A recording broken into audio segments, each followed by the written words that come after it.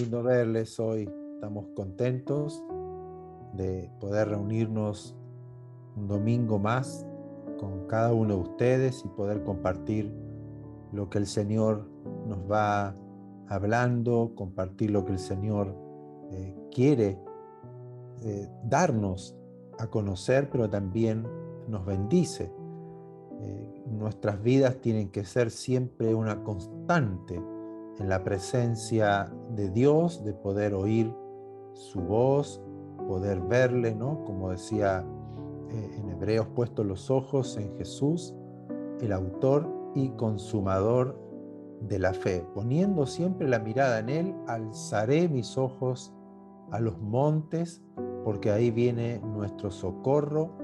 Tener una constante. Y nosotros tenemos esta libertad en este tiempo. Imagínense todo lo que es el antiguo pacto, que nosotros nos asombramos de las grandes obras que el Señor ha hecho a través de Abraham, de Noé, de Josué, de Moisés, de Jacob. Leemos las historias del rey David, de los jueces, ¿no? de Gedeón, tantos personajes que encontramos en la Biblia, y sin embargo ellos no tenían lo que tenemos hoy, la libertad que tenemos hoy de entrar a la presencia del Señor, al lugar santísimo, de poder oír su voz, de poder tener su palabra, tener al Espíritu Santo en nosotros constantemente. Ellos no lo tenían, estaba cerrado todo esto a causa del pecado de Adán y Eva, hasta que no viniera el Mesías, el ungido, el prometido, digamos, la descendencia o aquel que Dios había prometido que iba a traer la simiente, que iba a traer la libertad, que iba a recuperar ese reposo, ese descanso, esa relación que tenía Adán y Eva con el Señor allí en el huerto del Edén. No podían, pero sí Dios abría puertas, había momentos, había etapas donde Él se manifestaba en aquellos que había elegido, como Jacob huyendo de su hermano Esaú, que lo buscaba para matarlo.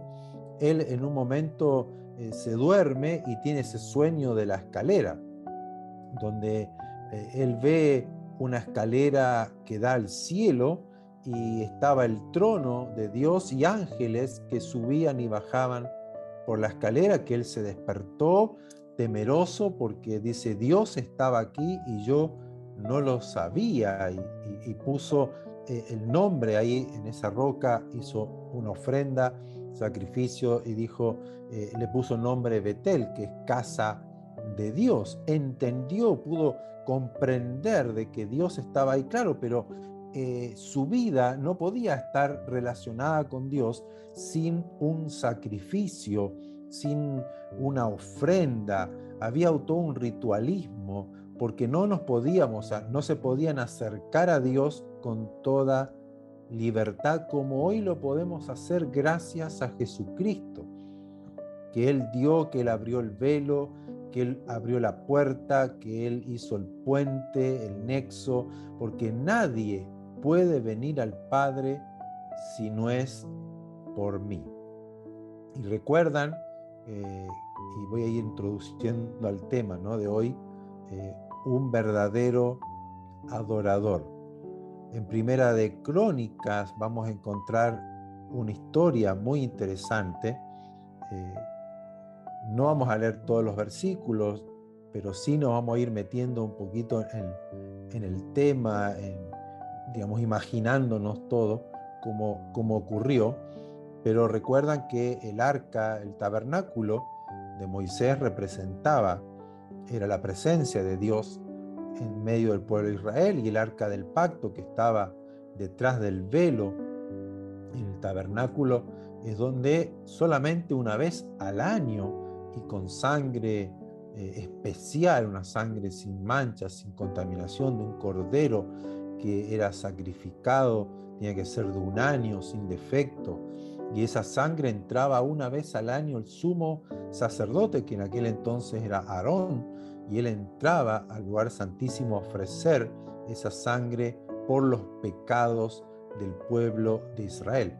Luego Israel posee la tierra que Dios le había prometido a través de Josué, pero luego por sus pecados, su desobediencia, comenzaron a contaminar sus vidas, a adorar a otros dioses, y el arca se perdió, el tabernáculo se fue prácticamente desmembrado, ¿no? Quitado de un lado para otro, y el arca quedó en un monte de una familia allí escondido, y David dijo, cuando ya fue rey David, dijo, necesito el arca. Ella estaba en Jerusalén, la ciudad del rey, hizo su casa, su palacio, pero él decía, quiero traer el arca. Nunca, hace años que no consultamos a Dios teniendo el arca del pacto. Entonces envió a buscar el arca, y él fue con gente, él fue con alegría, hizo un carruaje nuevo y puso ahí arriba el arca, y entre danzas y canciones él iba trayendo el arca, hasta que en un momento el carruaje donde lo traían se tambaleaba por el camino, las piedras, y Usías, uno de los que estaban a cargo de traerlo, de custodiar ese carruaje, extiende la mano hacia el arca para tenerla para que no se caiga, y muere fulminado en el momento. Cayó muerto en el momento, y David se puso tan triste, tan temeroso, o sea, ¿cómo voy a llevar el arca a mi casa? Y de la alegría de llevar el arca pasó a una angustia y a una tristeza muy grande. Claro, es porque no era la forma de llevar el arca del pacto. El arca del pacto tenía que ser llevado por los levitas entre dos palos en el hombro. No era a través de un carruaje. O sea, a Dios no lo cargamos o no lo llevamos o no entramos si no es a través de lo que Él nos dice de cómo hacerlo. No podemos hacer la voluntad de Dios como a nosotros se nos antoja, ¿no? No, si yo voy a hacer esto, ¿no? Si a Dios da lo mismo, como yo lo haga, como yo viva, como si ya Él ya me perdonó, y creemos que servir a Dios o vivir una vida cristiana es hacerlo a nuestra manera. Y ahí donde David tuvo temor, tuvo miedo, porque el arca del pacto representaba a Dios mismo. Allí era el pacto de Dios con el pueblo de Israel. Es allí donde el arca no podía tocarlo cualquiera, no podía llevarse de cualquier forma. Dios había establecido. Eso lo pueden leer en el capítulo 13 de Primera de Crónicas. Y ya luego en el capítulo 15, ya David manda a buscar el arca. ¿Por qué? Porque al tener miedo, el arca la llevan a la casa de Obed-edom, que era descendiente de Leví, de la tribu, era familia, y Obed-edom, claro, llega el rey con el arca y dice, mira, recién íbamos, el arca la llevaba para mi casa, pero Usías la tocó y murió, te la traemos a ti. Imagínense la casa de Obed-edom, gracias, cómo me aman. O sea, murió una persona fulminada en el instante por haber tocado el arca. Pero Obed-edom hizo un lugar en su casa. Y dice que estuvo 3 meses el arca en su casa. Y Dios bendijo a Obed-edom, a su familia y todo lo que él tenía. O sea, por guardar, cuidar el arca del pacto, Dios bendijo su casa y Dios bendijo todo lo que poseía. Entonces, cuando David escucha eso, dice, este es el momento de traer el arca. Y él dijo, averigüé, lo pueden leer en el capítulo 15, él de Primera de Crónicas, él averiguó cómo debía llevar el arca hacia su casa. Entonces, cuando escucha que Obed-edom había sido prosperado, bendecido, envía luego a los levitas, envía sacerdotes, porteros. Él preparó todo un contingente de personas preparadas para ir a buscar el arca del pacto en la casa de Obed-edom. Y fue tal el cambio, la transformación, la bendición que recibió esta familia, que ellos dejaron la casa, todo para irse a Jerusalén con el arca a servir a Dios. Lo podemos encontrar ya a los últimos capítulos de Primera de Crónicas, como toda la familia de Obed-edom, que eran bastantes, muchos hijos, muchos parientes, se fueron a Jerusalén a servir a Dios como portero en el arca, como custodia del arca, porteros para hacer los oficios. O sea, ellos fueron tocados por Dios, por la presencia de Dios en su casa. Qué importante es tener la presencia de Dios en nuestras vidas. Y ellos tenían un símbolo, no tenían lo verdadero. Ellos tenían una simbología, una sombra de lo que había de venir. Nosotros tenemos lo verdadero. Dice que los ángeles anhelaban ver este tiempo. Y dice que por la fe muchos de los grandes hombres que leímos en el Antiguo Testamento lo veían, lo saludaban de lejos, porque anhelaban el tiempo que tenemos hoy. Y yo me pregunto, ¿nosotros disfrutamos este tiempo? Porque ahora vamos a leer, y vamos ya a meternos en el tema de lleno, que David entendió, fue el único que pudo entender por la obra del Espíritu Santo lo que era adorar a Dios y era alegrarse en el Señor, en la presencia de Dios.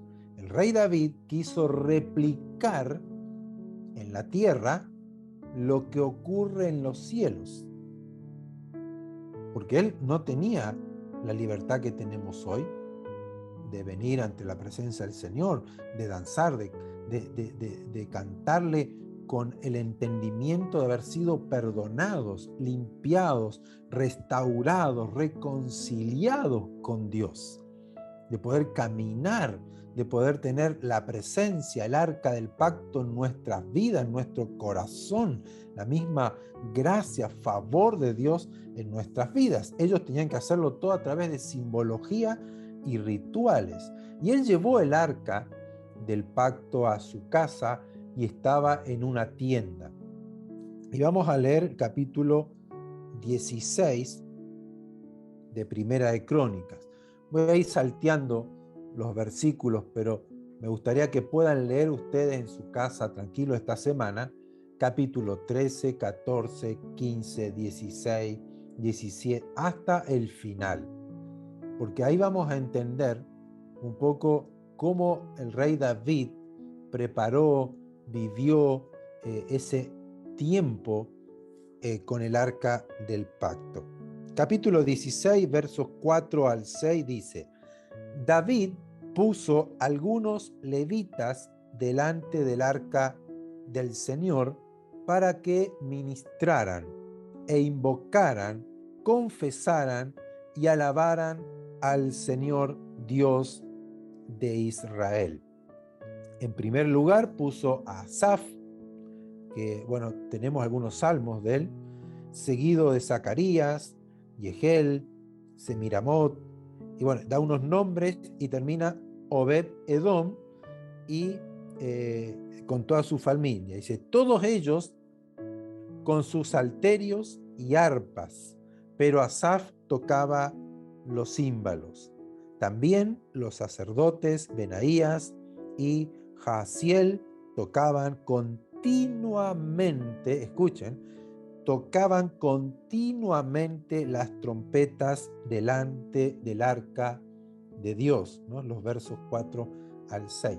David fue el primero porque cuando estaba el tabernáculo en el desierto, no había música, eran sacrificios todos los días y ofrendas. Y solo Moisés podía entrar y hablar cara a cara con Dios. Ahora, David entendía que en los cielos, no sé si él tuvo una visión, leyó Apocalipsis antes que nosotros, ¿no? Fue escrito a lo mejor por David, pero él algo vio, algo entendió en los cielos que, si usted lee en el capítulo 4 de Apocalipsis, donde habla de que están los serafines, los querubines, estos ángeles alados, que dice que día y noche adoran y no dejan de decir santo, santo, santo, la alabanza en el cielo continuamente sin detenerse. Yo creo que David, por el Espíritu Santo, como había sido ungido como rey, pero también era profeta. David era el rey, él era profeta, pero también hacía su obra de levita, de cantor, de alabanza. Por eso que es David tomado como una tipología de Jesús, del Mesías, del Rey de Reyes, ¿no? Hijo de David, ¿no? Cuando hablaban del Mesías, el hijo de David. David pudo, no sé, percibir que en el cielo se alababa continuamente y por eso puso cantores, ¿no? Los levitas, que dice que cantaban al Señor, que invocaban al Señor y que confesaban al Señor los pecados. Y dice que puso música todos los días, continuamente tocando las trompetas en el lugar donde estaba el arca. Yo me imagino todo el día, día y noche, escuchando música allí en Jerusalén. Luego, versos 7 al 12 del mismo capítulo 16, ese día David puso por primera vez a Asaf y sus parientes a cargo de las alabanzas al Señor y por primera vez cantaron esta canción. Alaben al Señor, invoquen su nombre, que los pueblos reconozcan sus obras, canten, sí, cántenle salmos, proclamen todas sus maravillas, regocíjense en su santo nombre, alégrense de corazón los que buscan al Señor, busquen el poder del Señor, busquen siempre a Dios, recuerden sus grandes maravillas, sus hechos prodigiosos y sus sabias sentencias. Y sigue, ¿no? Toda la canción, que esto no estaba establecido, no había sido escrito antes. Aquí habla de que por primera vez se canta esta canción, que lo más probable, que yo creo, que fue guiada por el Espíritu Santo, como luego Pablo habla de cánticos nuevos. El Espíritu Santo ha guiado constantemente a David en sus cantos, en sus canciones, ya sea cuando pastoreaba ovejas y cuando ya era rey. Entonces, aquí vemos que ese día, cuando Dios le muestra a David lo que tenía que hacer y pone a los levitas y pone a Asaf con los músicos a cantar. Y dice que por primera vez cantan este salmo y comienzan a cantar este cántico nuevo para adorar, para proclamar, para cantar, para exalzar, enaltecer el nombre del Señor. Luego el capítulo mismo, estamos leyendo el capítulo 16 de Primera Crónica, léanlo completo después de ustedes. Ya pasando al verso 37 y al 42, David dejó allí delante del arca del pacto del Señor a Asaf y a sus hermanos para que sirvieran continuamente delante del arca e hicieran cada cosa en su día. También a Obed, Edom y a sus 68 hermanos. O sea, no solamente Obed Edom fue bendecido, toda su familia y todo lo que tenía, a tal punto que decidieron dejar su hogar en Gat y irse a mudarse a Jerusalén para servir al Señor. Y puso como porteros a Obed-Edom, hijo, y entonces puso al sacerdote Sadoc y a sus hermanos, los sacerdotes delante del tabernáculo del Señor que estaba en el lugar alto de Gabaón, para que ofrecieran los holocaustos continuos. O sea, ordenó nuevamente lo que se hacía en el tabernáculo en el tiempo de Moisés. Pero eso ellos decían continuamente. Dice, continuamente. Luego puso el Señor a otras personas como Emán, Jedutún y otros escogidos que fueron designados por nombre para alabar al Señor, porque para siempre es su misericordia. Con ellos estaban Emán y Jedutún con trompetas, címbalos resonantes y otros instrumentos para el canto de Dios. Así que David fue escogiendo por nombre músicos. Dice la escritura que eran expertos en música, expertos en cantos. No eran improvisados para alabar al Señor. No era, no, si yo voy a cantar al Señor, total es para la gloria de Dios. No, si vas a cantar para la gloria de Dios, hay que hacerlo bien. Son expertos en la música. Ustedes leen todo ese capítulo 16, lo van a ver. Luego seguimos leyendo el capítulo 25 de Primera de Crónicas, ya al final de este libro. Dice, asimismo David y los jefes, el verso del 1 al 7, del capítulo 25, asimismo David y los jefes del ejército apartaron para el servicio a algunos de los hijos de Asaf, de Emán y de Jedutún, quienes profetizaban con arpas, liras y címbalos. La lista de ellos, de los hombres que realizaban su servicio, fue, y comienza a nombrar a cada persona. Ellos estaban bajo la dirección de su padre, Jedutún, quien profetizaba acompañado de arpa para dar gracias y alabar al Señor. Y nombra a los hijos de Emán. Luego, todos estos eran hijos de Emán, vidente del rey. Vidente, la palabra neví, que es vidente, que era profeta delante del rey, y tenían palabras de Dios para ensalzar su poder. Dios dio a Emán 14 hijos y 3 hijas.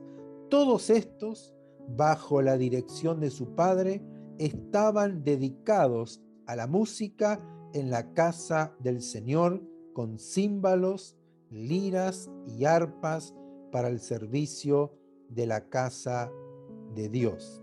Y eran, el número, termina el verso 7, era de 288 personas que se dedicaban.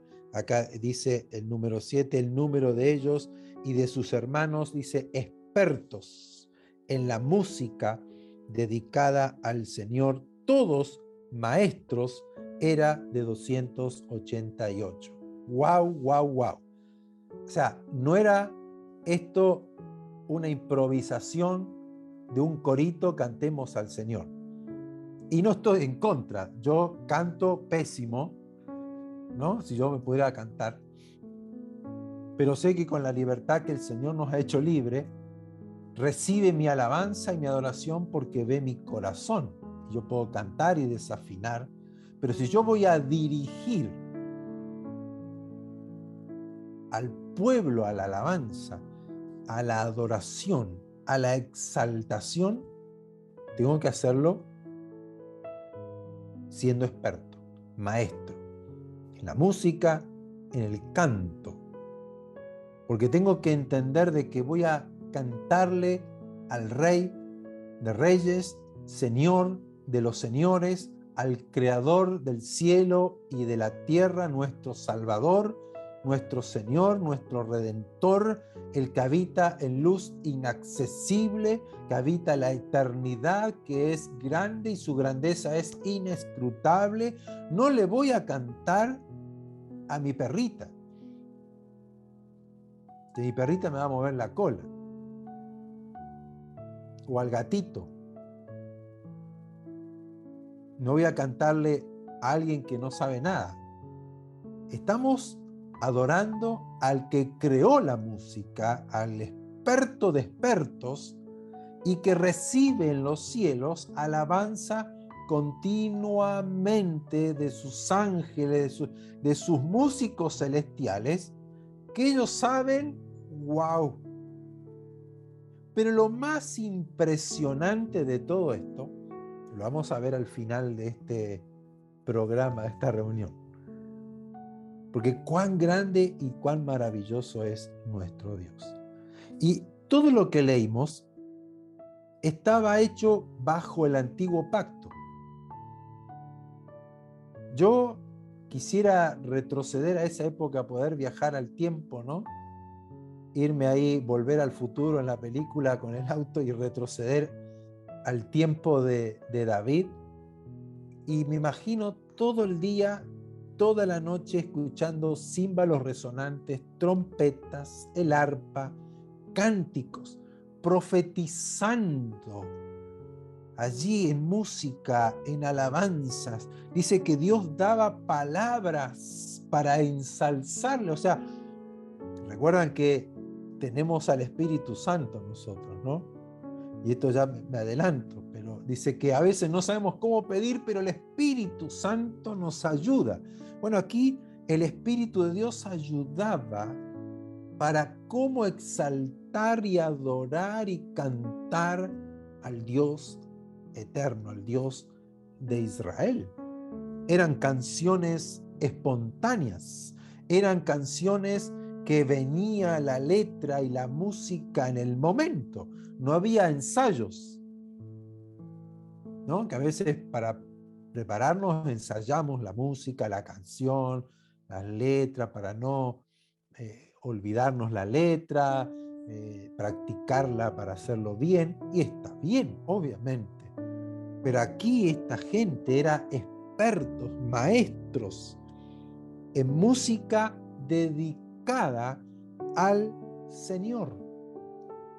Por lo tanto, era la gracia de Dios, el Espíritu de Dios que estaba en ellos, que lo hacía profetizar con el címbalo, con el arpa, con las trompetas, con las canciones, con las letras dedicadas al Señor, cantando y adorando continuamente. Continuamente.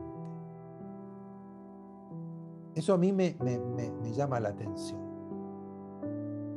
Personas del antiguo pacto restringidos, ¿no? Limitados para acercarse a Dios, tomaron un compromiso, una determinación de todo corazón para cantar, servir a Dios continuamente de día y de noche, alabando, exaltando, cantando, invocando al Señor, adorándole. Y la palabra alabanza, que en el hebreo es Halel, y salmos, que es tehilim, o tejilá, que es cantar alabanza, eso es lo que significa salmo, cantar alabanza, y luego está Halel, que es alabar, y esta palabra no implica alabanzas, ¿cómo llamarla? Tranquila, o alabanzas protocolares. Lo que habla de Halel, aleluya, o alabar al Señor, alaben al Señor, era con gritos, con mucho ruido, con voz alta, ¿no? Canten al Señor con alegría, con júbilo. Y ahí estoy del lado de los pentecostales. Alaben al Señor. A ver, imagínense usted viviendo en ese tiempo, usted se va a dormir y escucha las trompetas, cánticos, alabando al Señor. Grande es el Señor, Dios Todopoderoso. Alabe Israel al Señor, gritando. Y usted dice, ¿por qué no me dejan dormir todo el día y la noche cantando? Pero yo me imagino la presencia de Dios en medio de ellos. Porque el Salmo 22 dice que Él habita en medio de las alabanzas de Israel. Dios se pasea en medio, Él habita en medio de las alabanzas día y noche en su trono. Y David quiso replicar esa vivencia celestial. Quiso que Israel pudiera experimentar un poquito de lo que es la alabanza y la adoración en los cielos. Pero día y noche en voz alta, alabando, exaltando. Hoy a veces queremos hacerlo todo silenciosamente, que nadie se entere, que nadie sepa. Cuando, vuelvo a repetir, Antiguo Pacto, ellos replicaron lo que estaba en los cielos. Porque si leemos Apocalipsis, muchos capítulos, nos habla de lo que es la alabanza, ¿no? Hay una gran multitud alabando y adorando y diciendo y cantando, ¿no? Me imagino un estadio de fútbol. Si van a ver ahora cuando juega Chile y el estadio cantando y gritando, ovacionando al seleccionado, no imagino un estadio de fútbol cantando en silencio. Vamos Chile. No, a viva voz. Bueno, y los argentinos ni a hablar. Yo he estado en estadios donde tiembla el estadio, cuando cantan, saltan, música, bueno, estaba prohibido la música, pero igual meten los tambores en los estadios. Pero es una resonancia al unísono en el estadio, ovacionando, cantando, alentando a su equipo. Y eso, el estadio se siente, tiembla. Imagínense lo que habrá sido los levitas, los cantores. 288 eran expertos y músicos. 288, no eran 2 o 3 ni 4 dirigiendo los coritos. Había 200, está bien, tenían su turno. No estaban los 288 cantando todo el rato. Yo creo que tenían que comer, ir al baño, dormir también, ¿no? Pero luego al final, el capítulo creo que es el 26, habla de que tenía David 34.000 levitas contados uno por uno. 34.000 en el servicio de la casa de Dios. Luego que Salomón edificó el templo, que construyó el templo, toda esta gente y su descendencia fueron a servir en el templo. Pero qué maravilloso. Pero seguimos leyendo y ya nos metemos ahora en el nuevo pacto. Aparece Jesús. Capítulo 4 de San Juan, o de Juan, el escrito, el Evangelio de Juan, versos 20 al 24, todos conocemos la historia que Jesús dice, me es necesario ir por Samaria, y se encuentra con esta mujer en el pozo de Jacob. Y entran a conversar Jesús y la mujer que era samaritana, que le dice, pero es raro, ¿no? Que un hombre primero le hable, y esa relación de Jesús que es tan particular de él. Y ya leemos el verso 20, dice la mujer, nuestros padres adoraron en este monte, que era el monte Gerizim, y vosotros decís que en Jerusalén es el lugar donde se debe adorar. Los samaritanos adoraban en el monte donde adoró Jacob, donde adoró Isaac, donde adoró Abraham. Nuestros padres adoraron en este monte. Pero ustedes, los judíos, dicen que hay que adorarle en Jerusalén. ¿Por qué? Por lo que venimos hablando recién. Porque el arca estuvo en Jerusalén, el templo fue construido en Jerusalén, pero todo partió por David, que dijo, no, el arca tiene que estar aquí, en Jerusalén, donde estoy yo, donde está el rey, y llevó el arca allí, en Jerusalén. Entonces ustedes los judíos dicen que hay que adorar a Dios en Jerusalén, pero nuestros padres, dice, adoraron en este monte, que era más al norte de Jerusalén. Y Jesús le dice, mujer, créeme que la hora viene cuando ni en este monte ni en Jerusalén adorarán al Padre.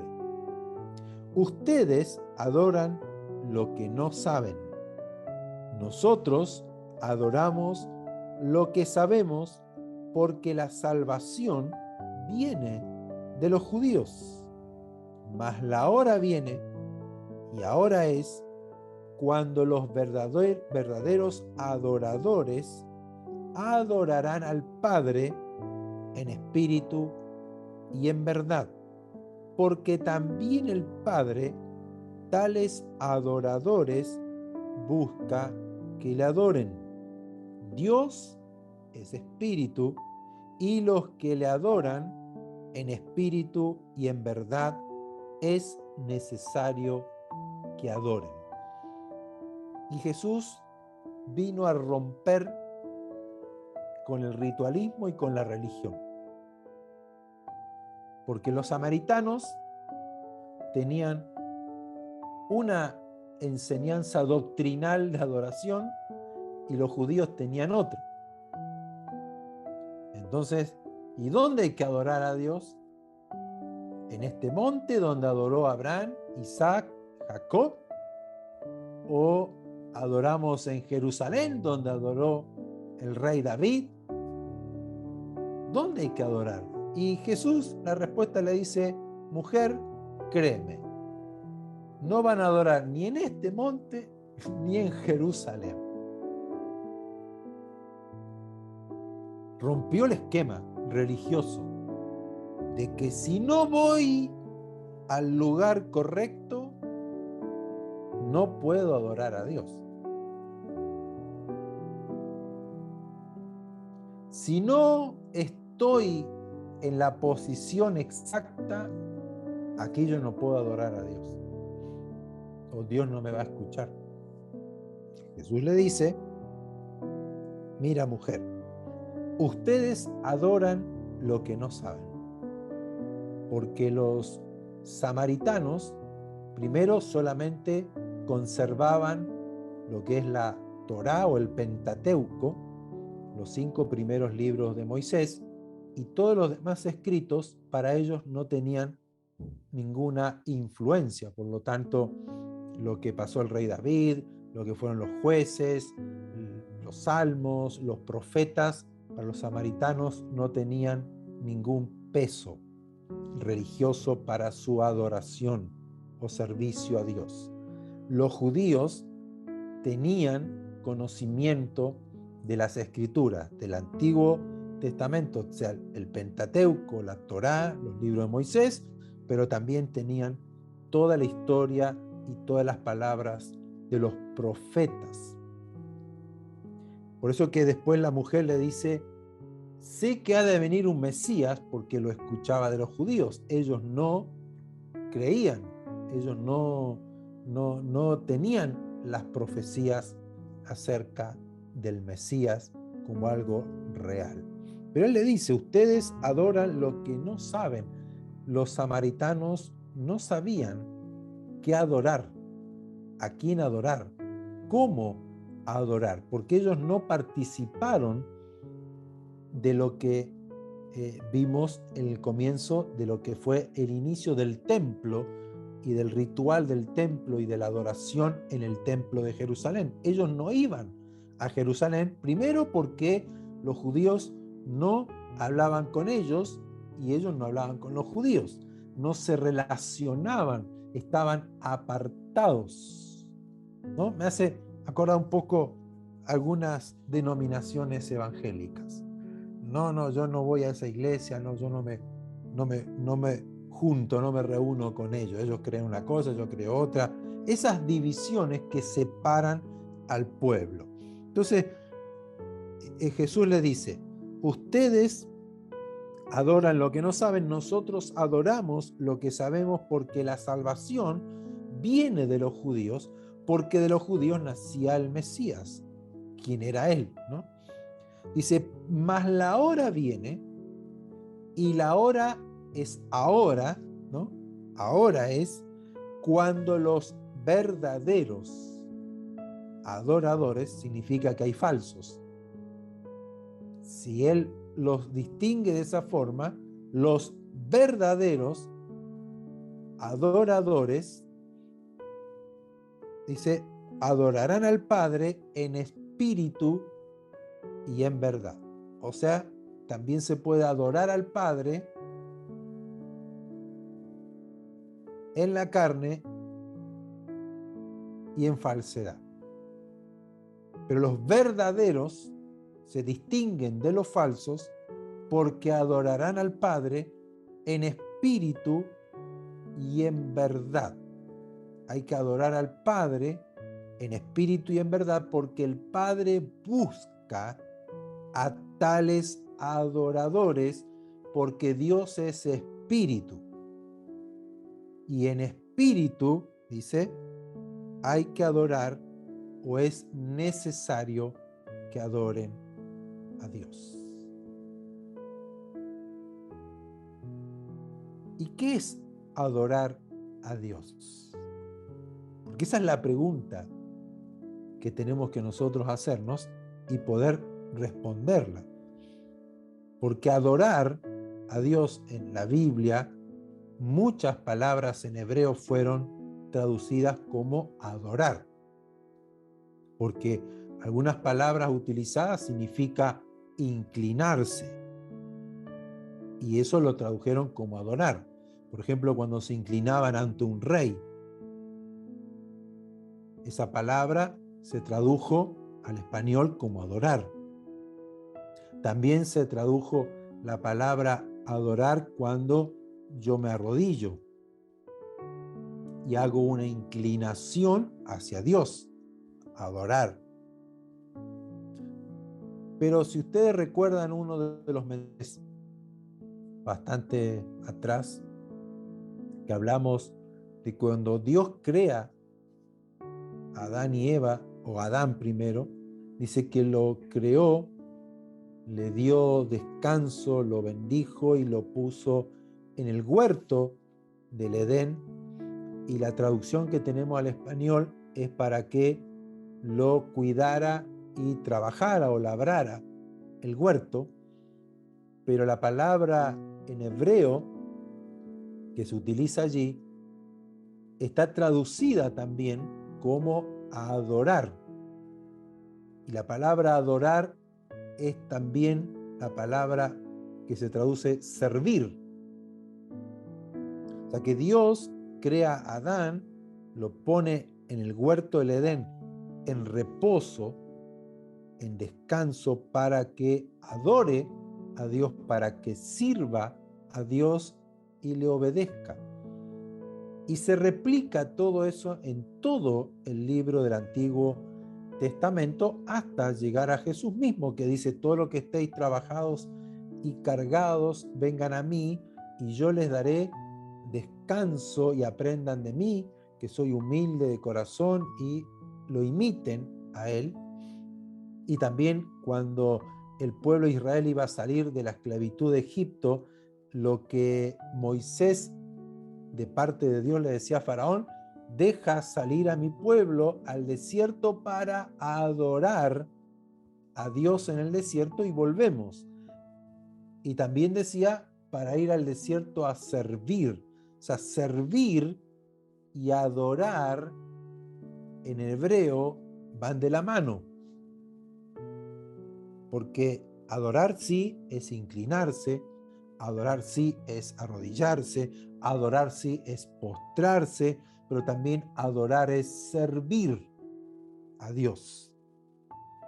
Yo adoro a Dios con mi vida, con mi ser, con mis palabras, con mis acciones, en mi trabajo, en mi servicio, en mi hogar, con mis hijos, con mis vecinos, con mis parientes. Adoro a Dios. Por eso dice Jesús: en espíritu y en verdad. O sea, esa verdad nos habla de un entendimiento de lo que es adorar. Yo voy a adorar en espíritu a Dios, porque el Espíritu de Dios vendría a todos los creyentes. Entonces voy a adorar con la ayuda del Espíritu, como lo hacían los cantores, los que tocaban la música, que es parte importantísima de la adoración. Pero también la adoración es mi forma de vivir. Me explico, ¿no? Van entendiendo que adorar no es un momento donde yo voy a cantarle una canción de adoración. Como a veces decimos, bueno, vamos a cantar unas alabanzas y luego unas canciones de adoración. No, adorar a Dios y alabar a Dios cambia solamente en la expresión, porque yo adoro a Dios mientras alabo. Puedo adorar a Dios cantando, puedo adorar a Dios sirviendo en mi trabajo. Por eso que nos enseña Pablo: todo lo que hagamos, sea de palabra o en acción, háganlo para la gloria del Señor. Esa es la adoración. Jesús dice: llega el momento que no van a ser ni en este lugar ni en Jerusalén. No es un momento de ir a adorar, sino es un continuo vivir en adoración. Eso es lo que Jesús le está explicando a la mujer. Porque tales adoradores el Padre está buscando. Como Dios es espíritu, yo tengo que adorarle en espíritu y en verdad. Efesios capítulo 5, verso 18 al 20, muy conocido, dice: no se embriaguen con vino, en lo cual hay división, disolución. Antes bien, dice Pablo, sean llenos del Espíritu. Sean llenos del Espíritu. ¿Cómo? Hablando entre ustedes con salmos, con himnos y cánticos espirituales, cantando y alabando al Señor en vuestros corazones, dando siempre gracias por todo al Dios y Padre en el nombre de nuestro Señor Jesucristo. A veces pedimos al Señor, llénanos de tu Espíritu. Cantamos canciones que hablan, Señor, lléname, lléname, quiero más y más. Pero aquí Pablo nos está diciendo, sean llenos del Espíritu Santo. Bueno, ¿cómo? Hablando entre ustedes con salmos. ¿Qué eran salmos? Cantar alabanzas. ¿Cómo canto alabanzas? Por el Espíritu. No como letra, sino por el Espíritu. Cantando con himnos y cánticos espirituales. Cantando y alabando al Señor en vuestros corazones. ¿Qué son salmos, himnos, cánticos espirituales? Son reconocimientos, descripciones de lo que es Dios. Si ustedes leen los salmos, si leen cánticos, lo leemos, es reconocer quién es Dios, exaltar quién es Dios, agradecer al Señor. Esos son salmos, esos son alabanzas, esos son cánticos espirituales. Si yo tomo esa aptitud, porque parte de nuestra adoración y exaltación a Dios es parte de tomar tiempo de cantar, de a lo mejor danzar, bailar para Él, de expresarle nuestra gratitud, nuestra alegría, nuestro gozo, pero también lo puedo hacer mientras estoy trabajando, sirviendo a mi jefe, sirviendo en mi casa, sirviendo a la gente, sirviendo en la iglesia, atendiendo las necesidades, porque estoy alabando, estoy dando gracias, estoy cantando, estoy expresando la grandeza, las maravillas de nuestro Dios. Entonces la adoración, el verdadero adorador, no es quien canta mejor, quien se expresa mejor en una canción, o el que se arrodilla y se tira al piso. Ese no es el mejor adorador o el verdadero adorador. ¿Hay que arrodillarse? Sí. ¿Me puedo tirar al piso? Sí. ¿Puedo levantar las manos? Sí. ¿Puedo cantar? Sí. Todo es parte de la adoración. El inclinarme, el reconocer, el postrarme delante de Él. Pero eso no es una posición de un momento. Es algo continuo. Por eso es que dice, cantando al Señor y alabando al Señor en sus corazones. Yo mantengo un corazón humilde, postrado, rendido al Señor. Entonces, cuando yo tengo que atender y servir, lo hago para Él. Si yo voy a hablar, si yo voy a expresar enseñanza, un conocimiento, lo voy a hacer para Él. Pero también voy a tener mi momento a solas con Él, de exaltar, de adorar, de cantar, de hablar con Él en mi corazón y con voz audible. Jesús lo dejó claro, porque tales adoradores es lo que busca el Padre, no de un momento. Que nuestras vidas sean una constante adoración. Y esa forma yo me mantengo lleno del Espíritu Santo. No tengo que pedirle al Señor que me llene.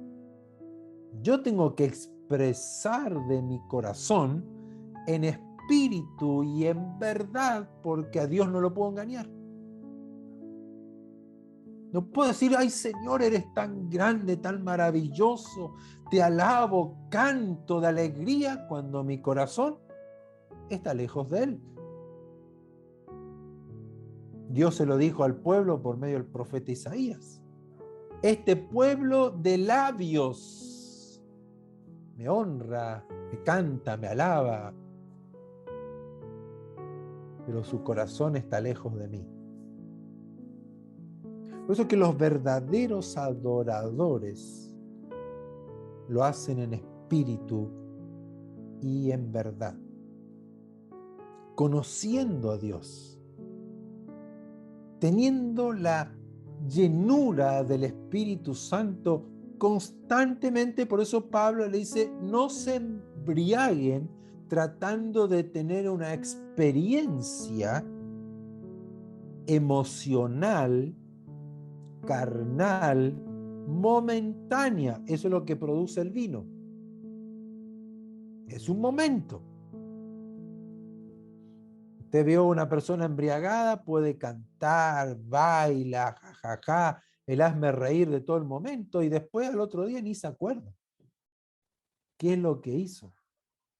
Y otra vez está triste, y otra vez están con los problemas, y otra vez está con la depresión, y entonces vuelve a tomar tratando de olvidar y de tener una experiencia de un momento. Pero acá dice que no se embriaguen con vino, en lo cual hay divisiones. Si yo voy a servir a Dios en el alma, con las emociones solamente en la carne, voy o se va a producir divisiones en la iglesia. Es lo que Pablo está diciendo. No es que una iglesia que se emborrachaba,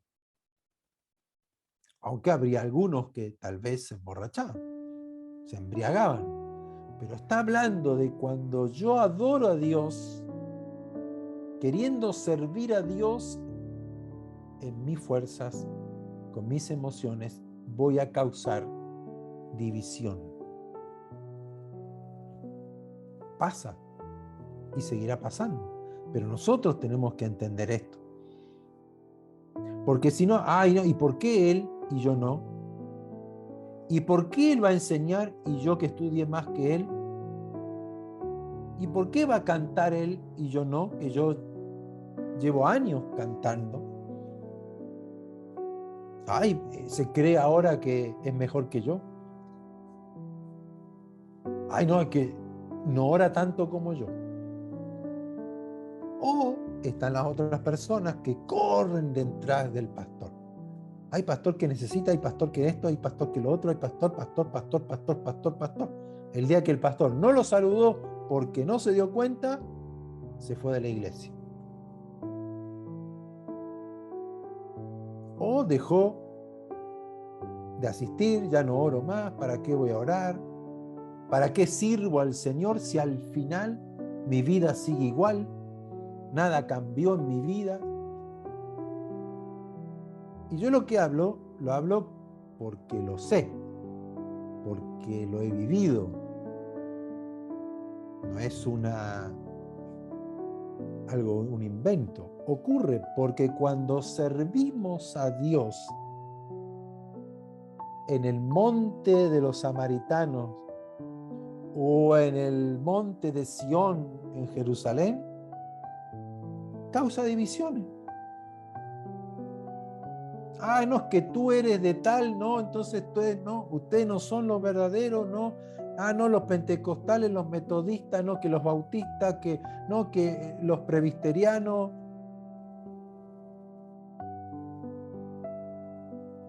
Jesús le dice, mira mujer, la hora viene y ahora es cuando los verdaderos adoradores adorarán al Padre en espíritu y en verdad. En espíritu, por el Espíritu Santo, y verdad, porque los ojos serán abiertos y sabré qué es adorar a Dios.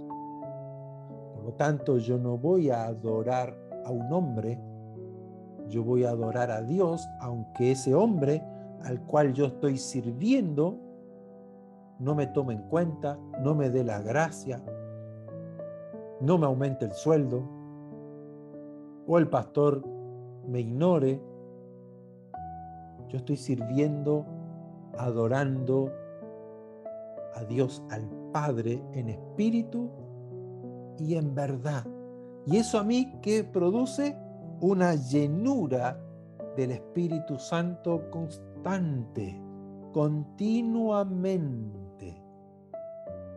Dice, cantando, hablando entre ustedes con salmos, con himnos. ¿Por qué? Porque el centro, lo que Pablo está diciendo, el centro de la adoración es Dios, no soy yo.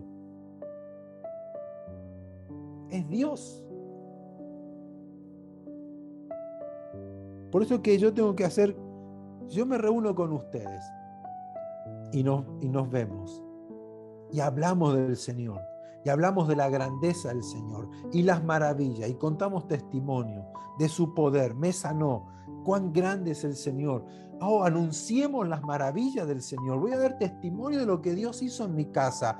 Yo estaba así, el momento del Señor. Dios es grande, lo que ha hecho, el cambio, la transformación, la prosperidad, cómo Dios ha restaurado mi vida, cómo Dios abrió mis ojos, cómo Dios me rescató de mi miseria, de mi oscuridad, cómo hoy yo tengo gozo cuando vivía en depresión. Puedo hablar de Él. Mira lo que dice la palabra. Él ha prometido estar con nosotros siempre.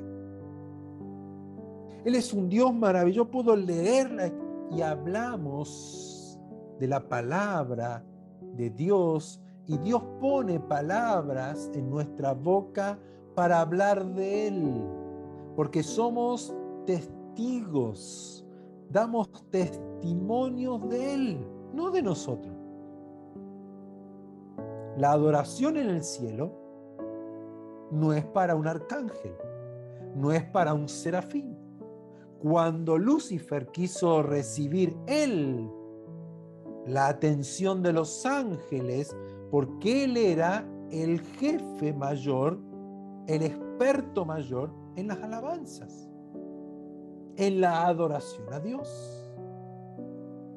Cuando él quiso inclinar la balanza hacia él, ocurrió lo que ocurrió.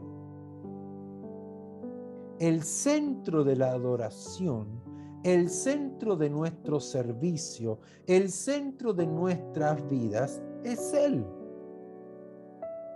no nosotros. A veces nos reuníamos con cristianos, empresarios, y literalmente, te puedo decir, a mí me revolvía el estómago escucharlo hablar. Y eran cristianos.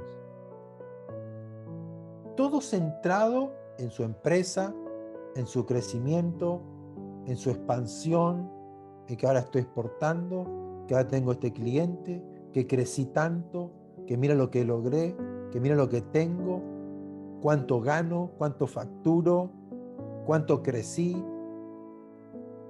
Y yo digo, ¿y Dios? Cero. Cero.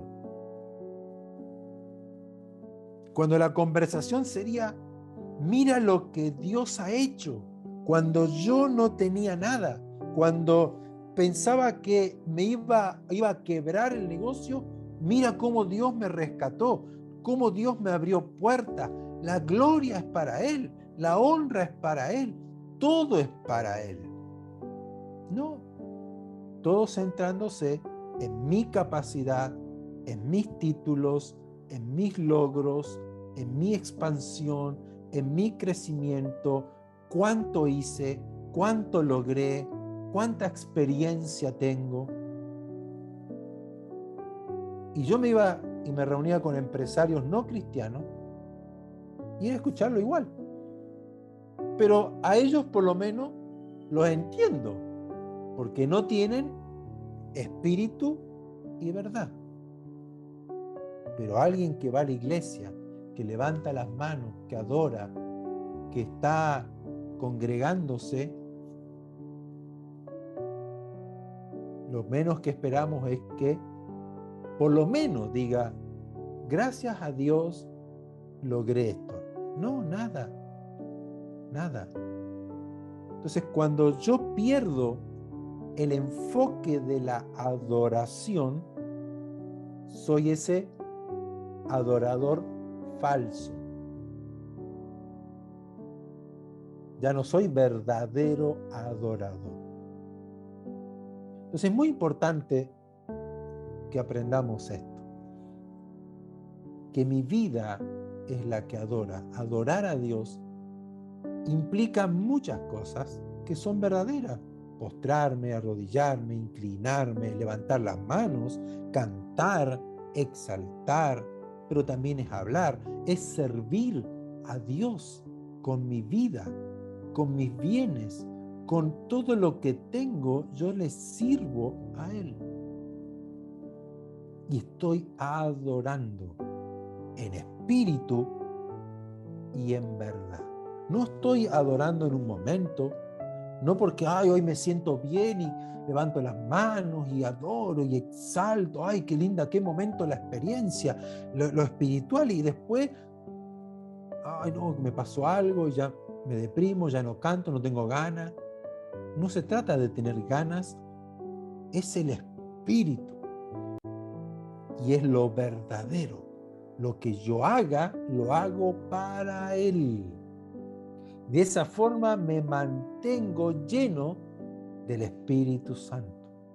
Sean llenos del Espíritu Santo, hablando entre ustedes con salmos, con himnos, con cánticos espirituales, cantando y alabando al Señor en nuestros corazones, en vuestros corazones. Entonces, cuando uno se reúne, lo que uno espera de la reunión de hermanos o amigos cristianos es que centremos la conversación, lo que hablamos del Señor. Obviamente contamos cosas nuestras y podemos reírnos, hacer chistes, pero que todo se centre en el Señor. Porque de esa forma cada vez soy más lleno del Espíritu Santo. Porque si yo voy al Señor a pedirle, ay Señor, quiero que me llene, canto, Señor, que lléname, quiero más, y después hablo cualquier otra cosa, no voy a ser lleno, porque Dios no tiene una varita que me toca y soy lleno. Ay, está pidiendo, le voy a dar un poquito más. No, Él ve el corazón. El Padre busca los corazones que están adorándole en espíritu y en verdad. Y esos son llenos del Espíritu Santo.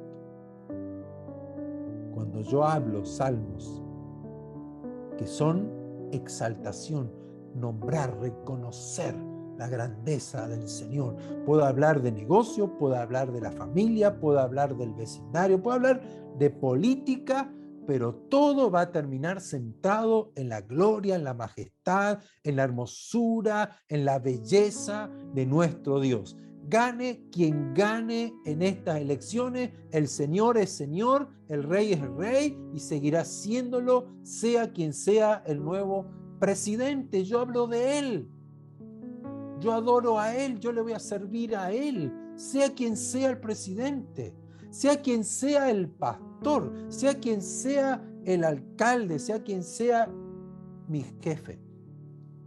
Toda mi vida se centra en el autor de la vida, en el Señor de los señores, en mi Señor, en mi Salvador, en mi Padre, en mi Dios, el que me ha capacitado, el que me habla, el que me llena, el que me provee, el que me guarda de todo mal, el que me libra, el que me guía, el que me da sabiduría, es Él.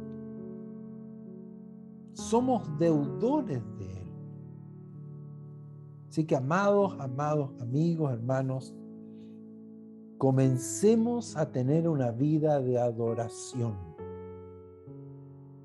con nuestro servicio, con nuestro trabajo, con nuestro hablar, con nuestras expresiones, con todo, con todo.